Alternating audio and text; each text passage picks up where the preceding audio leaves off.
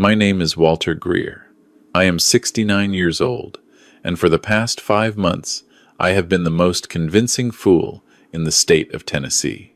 I burned the scrambled eggs on purpose.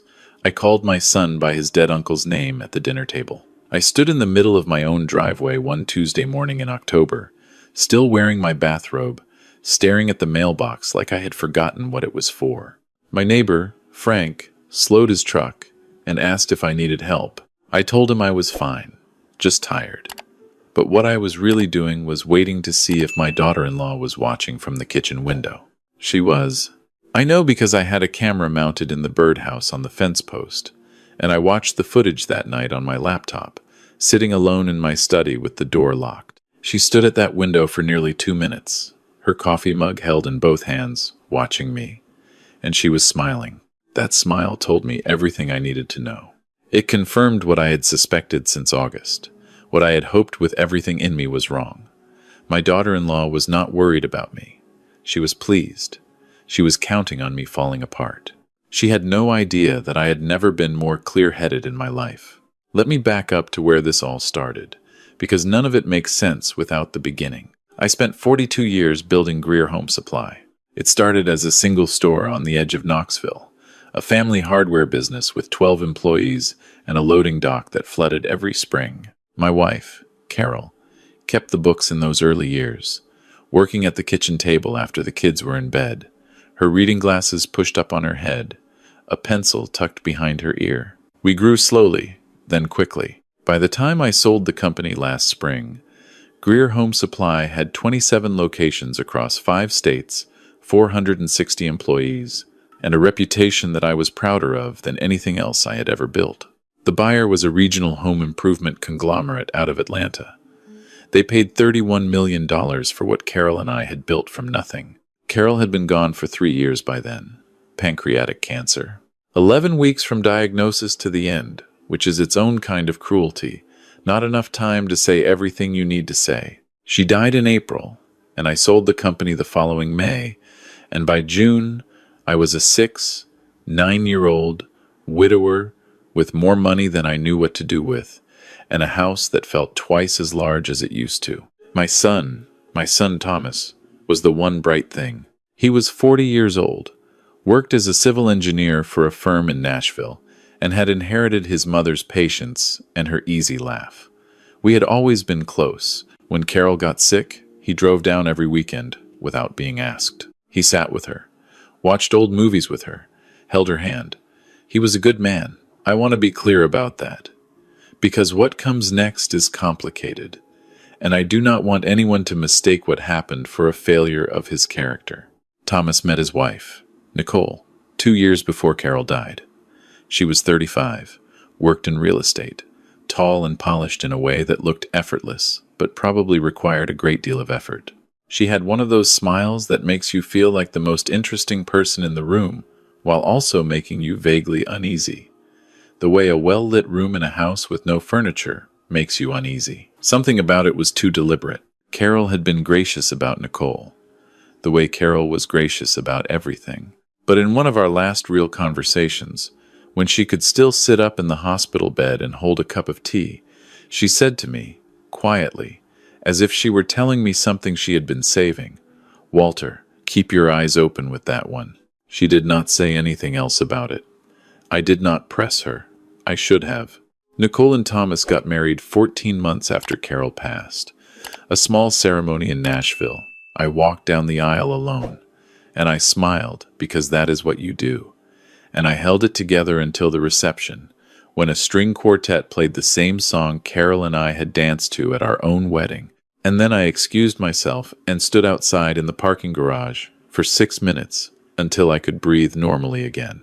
I tell you all of this so you understand who I was by the time the trouble started. I was a grieving man, a rich, grieving man, which is its own particular vulnerability. I missed my wife. I missed my company. I was trying to figure out what the second half of my life was supposed to look like without either of them, and I was not paying enough attention. The first sign came in July. 2 months after the sale closed, Thomas and Nicole had come down for a long weekend. We were eating dinner on the back porch, the 3 of us, looking out at the lake, when Nicole set down her fork and said, almost casually, "Dad, have you thought about what you're going to do with the money?" I said I had some people looking into it.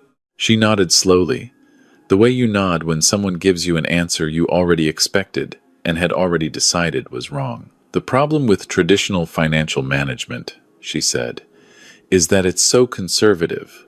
There are opportunities right now, real estate development, commercial properties, that are generating returns that a bank account will never touch."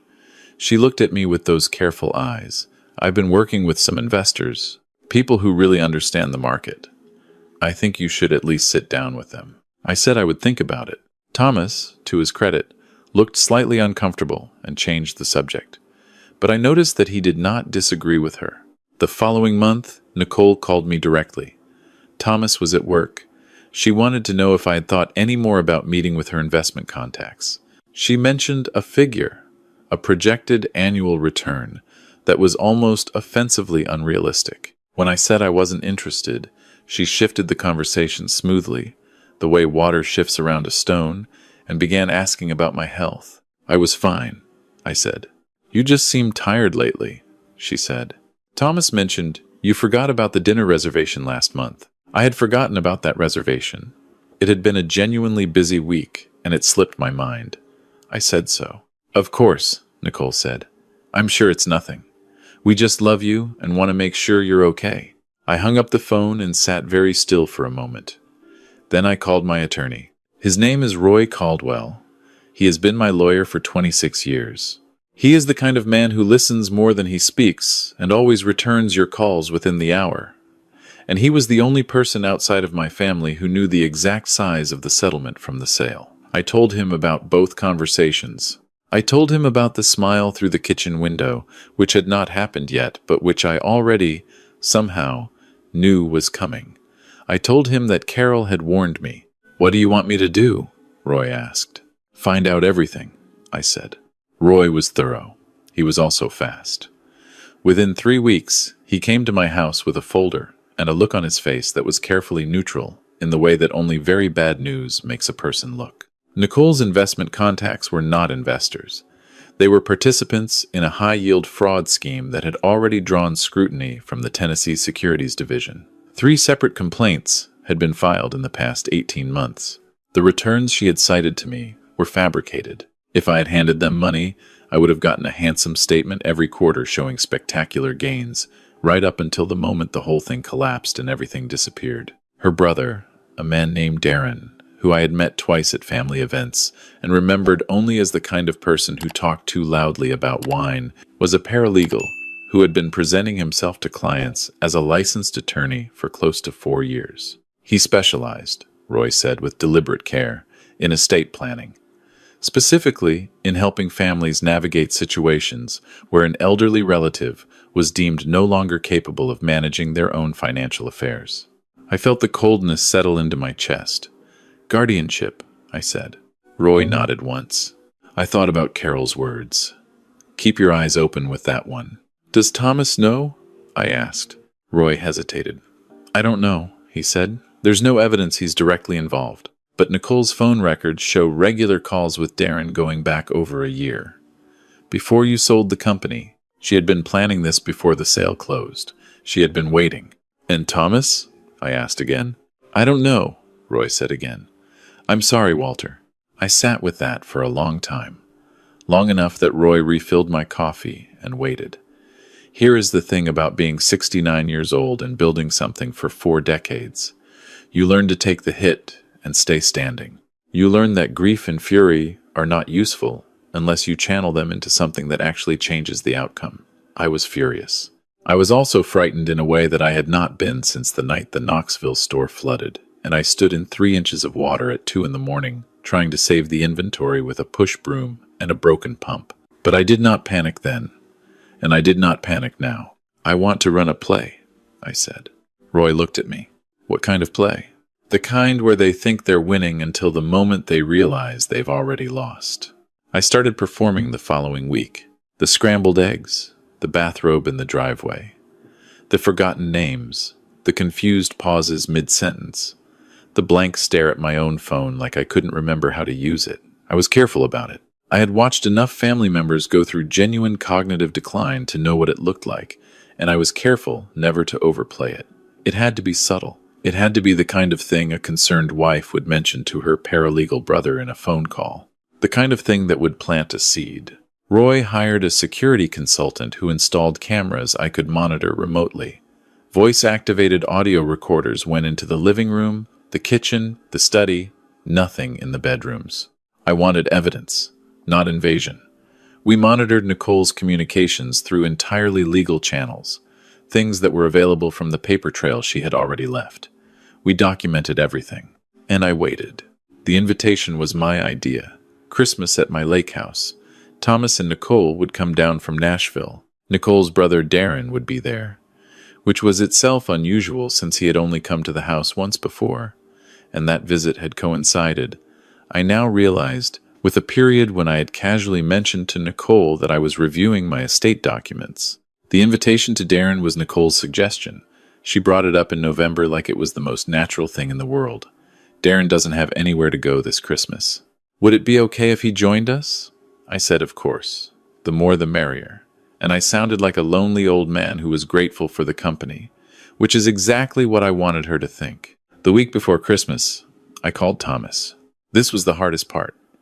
Because Thomas, whatever Nicole had told him, whatever she had been slowly feeding him over the months, was still my son. He was still the man who had sat with Carol while she was dying. And I needed to look at him on that phone call and not know whether he was complicit or a victim, and treat him exactly the same either way. We talked for 20 minutes about ordinary things. His project at work, the weather, whether I wanted him to bring anything for Christmas dinner. His voice was warm and easy, the way it had always been with me. I looked for guilt in it and found nothing certain, which gave me no comfort at all. Roy would be parked down the road on Christmas night. 2 of his investigators would be in the house, one as a cousin I had mentioned to Nicole weeks earlier, casually, a family member visiting for the holidays. The other would be in the upstairs bedroom with recording equipment. Local law enforcement had been briefed. A detective from the Knox County Financial Crimes Unit, a woman named Sergeant Alvarado, had reviewed Roy's files and agreed that if the attempt came, they would have sufficient grounds. I cooked a real Christmas dinner. I wanted everything to look right. Turkey, stuffing, Carol's sweet potato casserole recipe from the index card she had written it on 30 years ago and which still lives in the kitchen drawer. I set the table with the good dishes. I put on the Christmas music she used to love, the old Nat King Cole record, and if I stood in the kitchen for a few minutes longer than I needed to, listening to it, that was between me and Carol. They arrived at 2 in the afternoon. Thomas came through the door first and hugged me the way he always had, hard and without ceremony. Nicole was behind him in a red coat, Darren just behind her. He was heavier than I remembered, with the kind of easy confidence that belongs to men who have never actually been tested. He shook my hand and told me the house was beautiful. I thanked him and shuffled slightly as I walked to the kitchen, one hand trailing along the wall, as if I needed the steadiness. Dinner was good. The turkey was excellent. I watched Nicole watch me through the whole meal. She was attentive in a studied way, refilling my water glass unprompted, steering the conversation gently when I let a sentence trail off and stared out at the snow on the lake. Thomas was quieter than usual. He kept looking at me with something that might have been concern or might have been rehearsed concern. I still could not tell. Darren talked about wine. After dinner, Thomas offered to clean up, and Nicole offered to help him. I sat in the living room with Darren, and for a while we talked about nothing in particular, and I could feel him taking inventory of the room, the way a man takes inventory when he is deciding what things are worth. Then Nicole came in from the kitchen and sat down across from me, her hands folded in her lap, and her voice shifted into the register it goes to when someone has something prepared. "Dad," she said, "there's something we've been wanting to talk to you about." Thomas had followed her in. He stood near the fireplace with his hands in his pockets, and I could not read his face. "Of course," I said, and made my eyes go slightly vague. Nicole glanced at Darren. Something passed between them that they did not know I saw. "We've been worried about you," she said. "Thomas and I both have. The little things. Forgetting the reservation, the mail you forgot to bring in for 2 weeks last month, the scrambled eggs that you left on the burner. She leaned forward slightly. We're not trying to upset you. We love you. But we want to make sure you're protected. I'm fine, I said, and let my voice be slightly uncertain, the way it would be if I were not entirely sure that was true. That's just it, Darren said, leaning forward.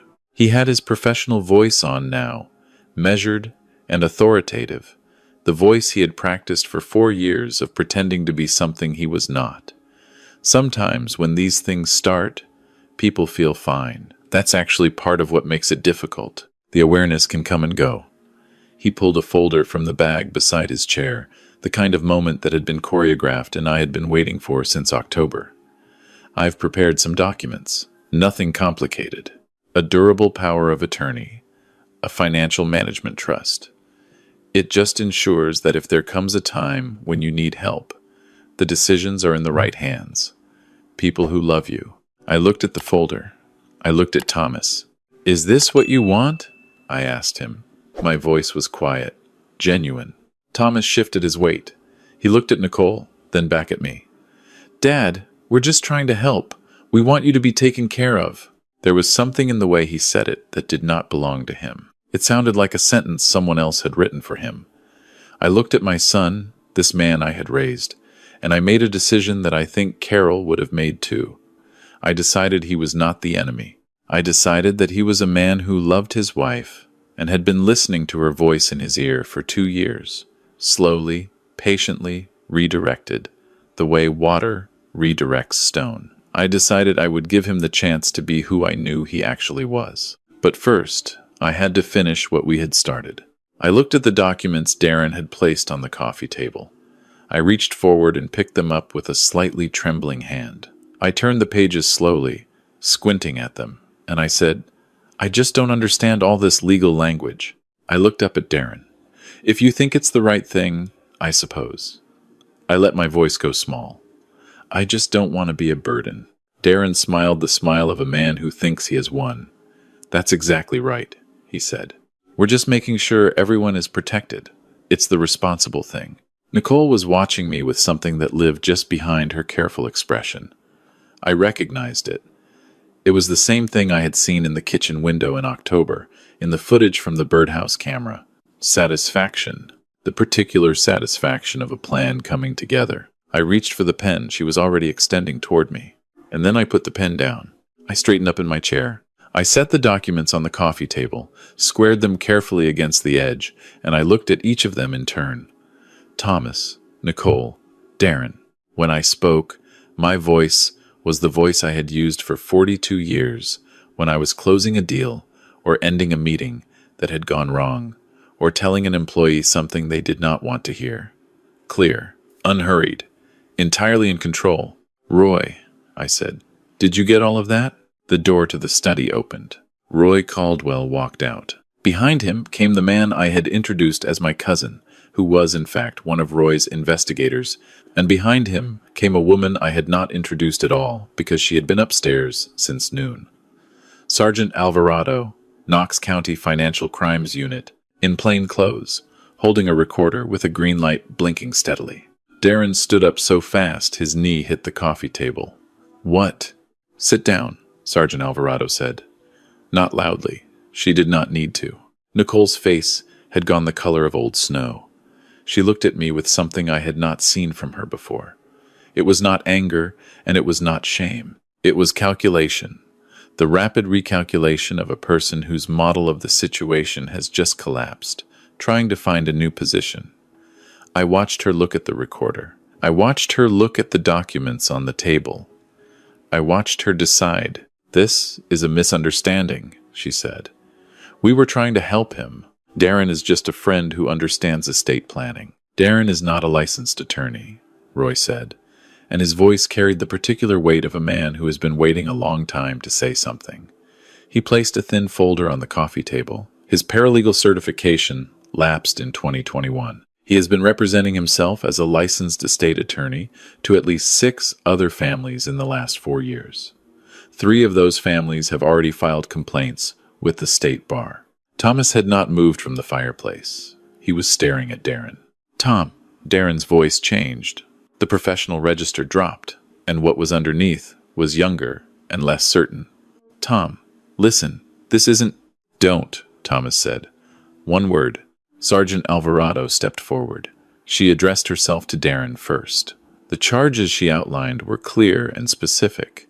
Practicing law without a license, conspiracy to commit financial elder abuse, fraudulent misrepresentation. She read him his rights with the practiced efficiency of someone who has done it many times. He listened with his hands at his sides and a face that had gone completely still, like a man watching the building he thought was solid turn out to be cardboard. Then she turned to Nicole. The charges she outlined for Nicole included conspiracy to defraud an elderly person, abuse of a position of trust, and filing a fraudulent financial instrument, the power of attorney document Darren had prepared, which contained a false representation of Darren's credentials. Nicole said nothing. She looked at me, and for 1 second, just one, I saw what was underneath all of it. It was not malice exactly, though it was that too. It was something colder. The look of a person who had placed a very large bet on a very specific outcome and had been wrong. Nicole, Thomas said. His voice was so quiet I almost could not hear it. How long? She looked at her husband. Whatever she saw in his face, she chose not to answer. Roy pressed a button on the tablet in his hand. The television in the corner of the room came on. It was footage from Nicole's car, taken 3 weeks earlier. A conversation she had with Darren on the phone, the audio pulled from her Bluetooth through means that Roy's investigator could explain in court, but that I did not need explained to me. I had already watched it 4 times. The recording was 7 minutes long. In it, Nicole laid out the timeline. The plan to establish a pattern of cognitive decline. The plan to use Christmas as the moment because I would be emotionally off balance, because the house was remote, because the holidays created an atmosphere in which family pressure felt normal. She mentioned the figure they expected to access first, $3 million, in a private investment vehicle that Darren had prepared the documentation for, structured in a way that would be difficult to trace quickly. She mentioned Thomas in a way that made my hands tighten on the arm of my chair, not because she expressed love for him, but because she expressed something else entirely. Usefulness. She described my son as the access point, the key, the one whose name on a joint account opened the right doors. She did not say that she would leave him when it was done. She did not need to. The absence of his name in any future she described said it clearly enough. When the recording ended, the room was silent except for the Nat King Cole record, which had been playing quietly all along and which no one had thought to turn off. It seemed impossible to me, in that moment, that the world could be that particular kind of absurd, that the song Carol loved could be playing in the background of this. The officers came through the front door at my signal.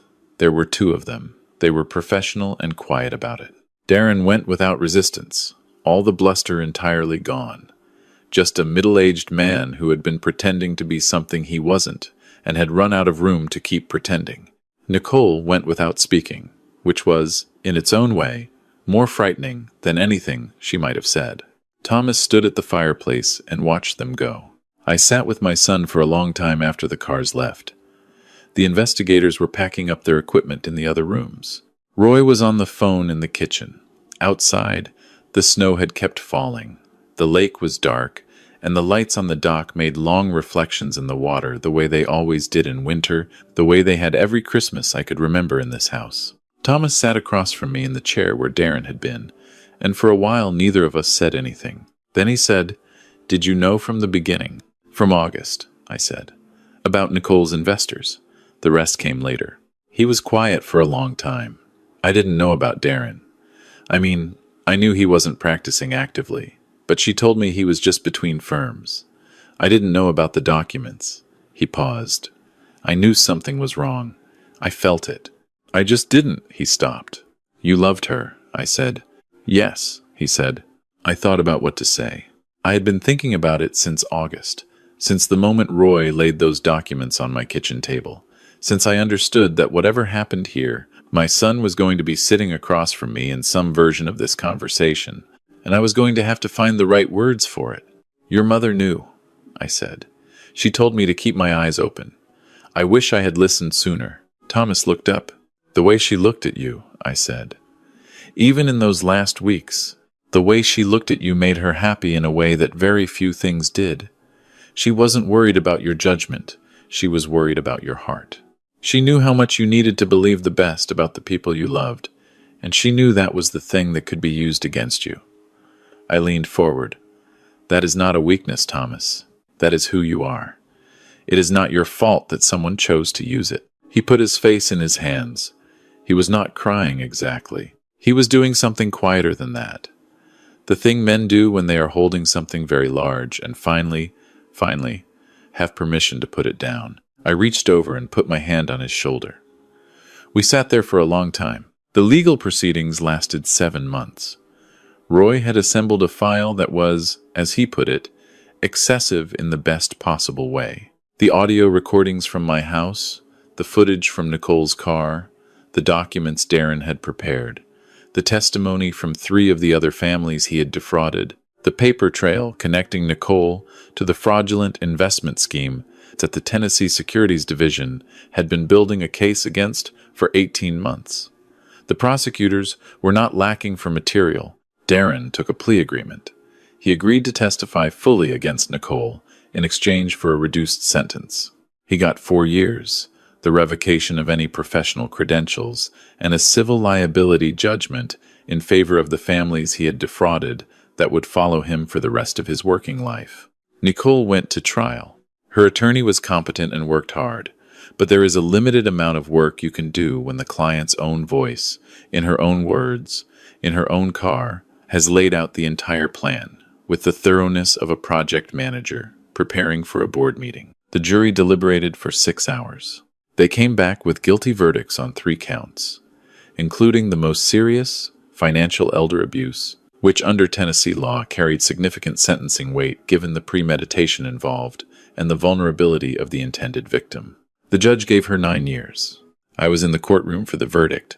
Thomas was not. He had asked me whether I thought he should come, and I had told him that was a decision only he could make, and that I would support him either way. He chose not to come. He told me he needed it to be over, and that watching it in person would make it harder for it to be over. I understood that completely. When the foreman read the verdict, I looked at Nicole. She was sitting very still. She had been very still through most of the trial, controlled and precise in the way she was controlled and precise about everything. When she heard the word guilty, something changed in her face. Not dramatically. It was a very small change. The particular change of a person who has, for the first time, genuinely run out of options. I had seen that face before in business. In negotiations that had gone irretrievably wrong, it is not a face that inspires triumph. It mostly inspires exhaustion. I drove home through the spring afternoon with Roy in the passenger seat, and I thought about Carol, and I thought about the company I had spent 42 years building, and then let go, and I thought about what I wanted the remaining years of my life to actually be about. Thomas and I talked every day for the first month after the verdict.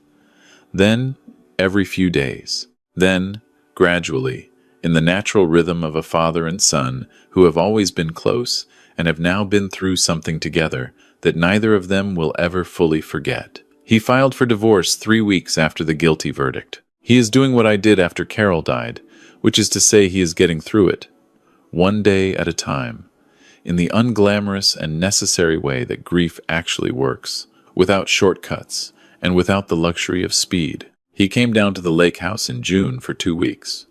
We fished in the mornings and watched old baseball games in the evenings and ate very simple meals on the back porch. We did not talk about Nicole or Darren or the trial. We talked about the company, about the early years, about projects Thomas had worked on, about the deer that kept getting into the garden. One afternoon, he caught a bass that was genuinely impressive, and we stood there in the boat arguing about whether it was large enough to keep, the way we have always argued about that. And then he threw it back the way he always does, and I complained about it the way I always do, and for a little while, the lake was just a lake, and the summer was just summer. Roy and I started working on something in the fall. The original idea was simpler than what it became. I had money I needed to do something meaningful with. Roy knew 3 other attorneys in the state who had handled similar cases.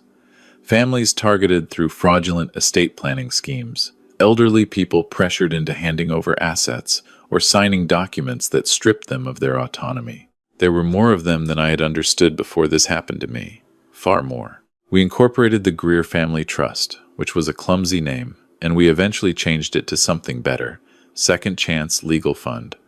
The model was straightforward. We provided, at no cost, 2 things that the families in these situations almost never had access to. First, genuinely qualified legal representation, because the investigators who worked on elder financial fraud cases consistently found that the victims did not have attorneys who specialized in this area and did not know how to find them. Second, investigative support, because the schemes were almost always more sophisticated than they appeared, and unraveling them required time and expertise that most families simply could not afford. Roy came on as executive director, which I want to be clear was his idea and not mine, and which required me to spend 3 separate lunches convincing him that a nonprofit was not professional exile. He is, I think, the best possible person to run it, because he approaches it with the same methodical thoroughness that he brought to building my defense, and because he has the particular patience required to sit across from a frightened family and make them believe that the situation is manageable. Thomas volunteers on weekends when he can. He is not a lawyer, but he has a gift for the intake conversations, the first calls, the moments when a family is trying to decide whether what they suspect is real or whether they are making a terrible accusation against someone they love. He knows what that uncertainty feels like from the inside. He communicates it in a way that no amount of professional training could replicate. Several of our clients have told me specifically that talking to Thomas was the reason they decided to come forward. Last month, I was reviewing case files on a Thursday afternoon when Roy knocked on my office door and said there was a family in the lobby who had come without an appointment. An older woman and 2 adult children, he said. The mother was 72, had sold her florist business the previous year after 40 years, and was being pressured by her son-in-law and his brother to sign over an investment trust. Sound familiar, he said. I went out to meet them. The mother's name was Dorothy. She was a small woman with white hair and a straight spine, and the hands of someone who had spent 4 decades arranging flowers, which is to say strong and careful and exactly the right size for what they needed to do. She looked at me with very steady eyes and said that her family told her she was being paranoid, that she was misremembering things, that the confusion she sometimes felt was getting worse, and she needed to let people help her. I sat down across from her. "Are you confused?" I asked. She looked at me for a moment. "No," she said. "Do you trust your memory?" "Mostly," she said. "Do you believe something is wrong with what they're asking you to sign?" "Yes," she said. No hesitation. "Then you're not paranoid," I said. "You're paying attention." She looked at her children, then back at me. Something in her face shifted, the particular release of a person who has been carrying a weight alone and has just, finally, been given permission to set it down. "Can you help me?" she asked. I told her yes. I meant it completely. Roy's team started on her case that afternoon. 3 weeks later, we had enough to bring to the district attorney's office. The son-in-law's brother was, as it turned out, operating the same kind of ghost attorney scheme that Darren had run. Different state, different name, same playbook.